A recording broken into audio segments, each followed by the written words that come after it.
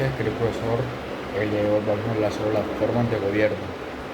Al hablar de las formas de gobierno nos hemos enfocado en tres principales formas que se instauraron en la época de la antigüedad, como son el imperio, la monarquía y la república. Primero que todo, quiero hacer inferencia en cada una de sus fechas. Empecemos. El imperio romano se dio prácticamente en el año 27 a.C. con el ascenso de Augusto como primer emperador, hasta la caída del Imperio Romano en Occidente en el 476 después de Cristo. Cabe recalcar que no era solo un imperio. También encontramos el Imperio Romano de Oriente, también conocido como Imperio Bizantino, que perduró hasta la toma de Constantinopla por el Imperio Otomano en 1453.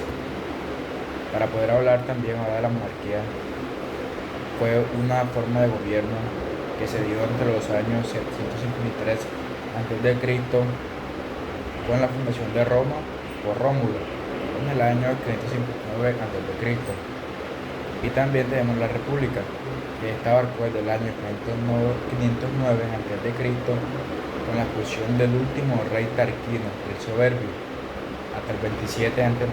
cuando Otaviano fue designado princes y se inició el Imperio Romano con el nombre de Agus.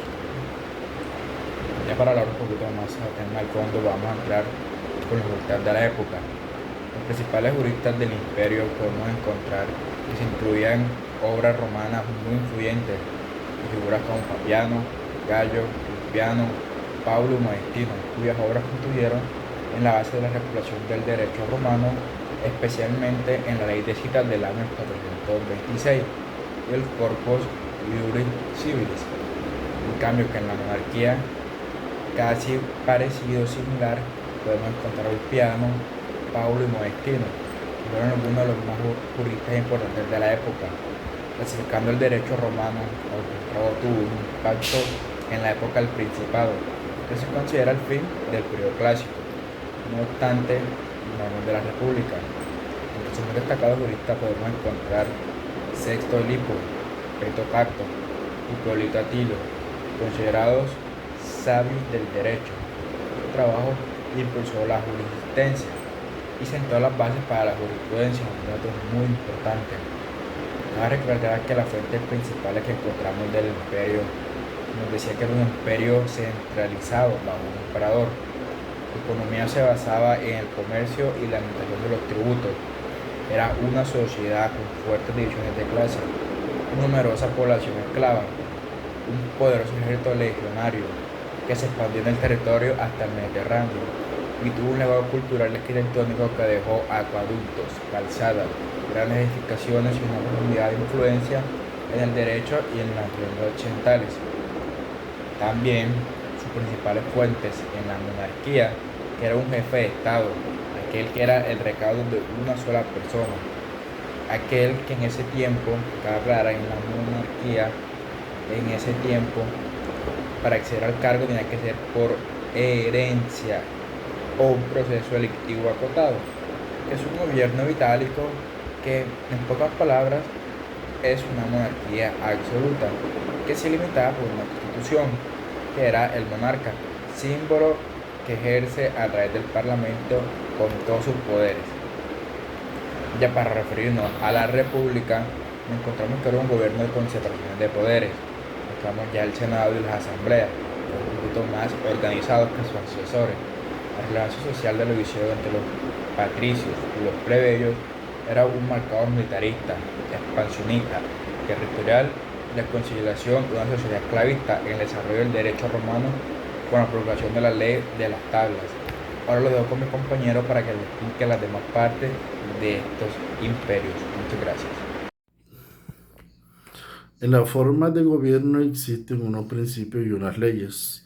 En el imperio, los principios fundamentales del derecho romano que guiaron el imperio son vivir honestamente, no dañar al otro y dar a cada quien lo suyo. Las leyes romanas se establecían a través de diversas fuentes, como es la costumbre y las leyes. Estas eran aprobadas por la Asamblea, los senados consultos, los edictos de magistrados y las jurisprudencias de juristas expertos.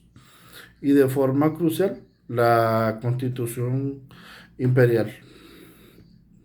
En la monarquía, aunque el imperio de monarquía fue muy breve y los registros son escasos, la legislación más significativa que se menciona es la ley de las 12 tablas.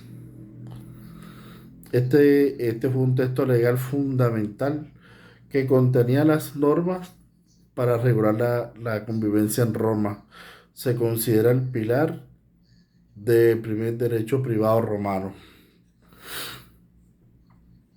En la República, los principios del derecho romano, como vivir honestamente, el no dañar al otro y dar a cada quien lo suyo, se consolidan, se consolidaron en la República Romana y se reflejaron las leyes como la ley de las 12 tablas. El código legal más antiguo que buscaba el dar certeza jurídica y, y darle poder a los magistrados. Estos eran dados por la asamblea. Ahí se asentó mucho el derecho romano. Hay un procedimiento que va en los imperios, que en el imperio fue autocrático. Este se apoyaba por la burguesía jerarquizada y organizada en diócesis y providencias. En la monarquía de procedimiento,